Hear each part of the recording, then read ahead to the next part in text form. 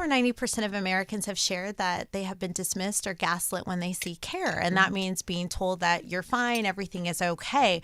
Well, recently I shared another story of dismissal that happened to me during my third year of medical school in Chicago. I noticed that I started losing my hair. I was dealing with joint pain, and my hands and my feet were swollen. Every morning, it didn't matter what I did.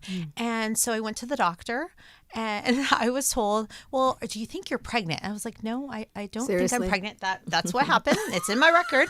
And then I was told, well, this is normal because you're in medical school and you are just stressed out.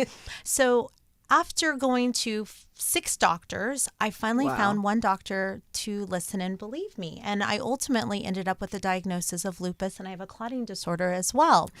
Well, I shared that story online. I had never shared that, even though I share a lot. And when I did, it blew up because people were sharing the names. They were sharing their dismissal, but they were also sharing the name of a doctor who had listened, cared, and believed them. I'll never forget. One lady wrote in all caps, "It took 42 years to get a diagnosis of ADHD." And then I thought to myself, oh, I know what I'm going to do.